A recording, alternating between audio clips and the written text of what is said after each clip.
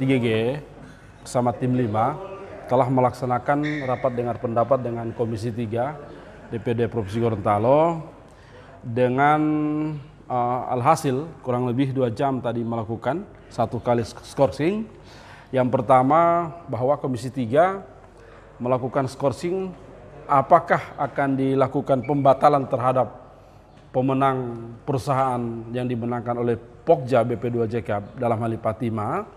Kemudian yang kedua, Komisi 3 akan membuat pansus tersendiri. Nah, di kami sebagai LSM dalam hal ini Lembaga Pengawas Provinsi Gorontalo, kami merasa sangat setuju sekali dengan Komisi 3 untuk dilakukan pansus. Kenapa harus dilakukan pansus? Supaya benar salahnya daripada titik terang kedua belah pihak, baik itu Pokja maupun kami, ini akan selesai.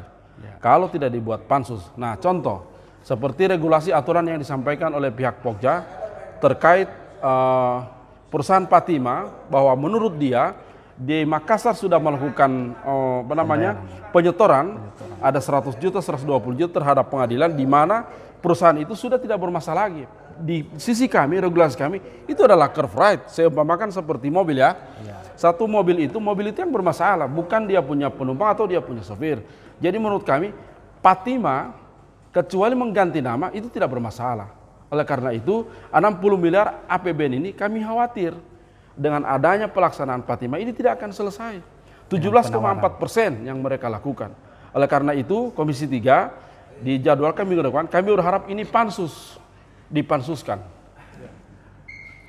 Jadi bukan tidak berarti tidak ditemukan. Kira apalagi tanyakan? Ada tuntutan lain selain rekomendasi untuk pansus? Iya, kalau tuntutan rekomendasi DPR, kita minta ini dibatalkan. Ya. Kita minta dibatalkan, jelas kok. Perpres nomor 16 tahun 2018 itu jelas.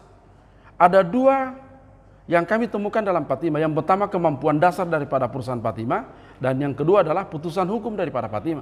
Itu jelas loh. Perpres nomor 16 tahun 2018 termasuk dalam Permen nomor 14 tahun 2020. Itu baru kemarin. Nah, tadi Pak Sutopo itu kepala BP2JK, dia mau kaitan dengan Permen. Tapi menurut kami satu rentetannya dalam Perpres nomor 16 2018 atas perubahan Perpres nomor 54 tahun 2010. Tidak ada peraturan lainnya di situ. Pengadaan barang dan jasa ada di situ. Nah, kalau misalnya PPK mengambil alih ini karena kontrak ada sama PPK. Contohnya 2 bulan lebih sudah keluar SPMK, tapi belum ada pelaksanaan. Harusnya sudah ada SCM 1.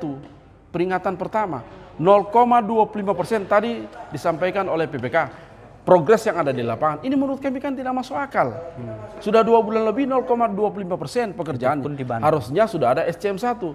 Nah, benar kekhawatiran kami. Yang kedua, Patima ini di Jakarta itu sementara mencari orang yang akan beli ini proyek, dan kami ada buktinya.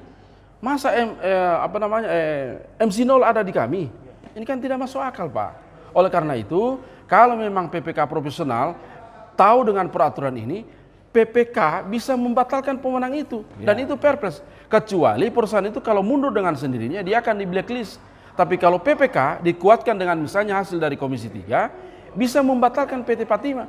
Ada pemenang cadangannya. Kalau tidak ada pemenang cadangannya, itu anggaran bisa ditarik ke pusat. Tapi ini ada pemenang cadangannya.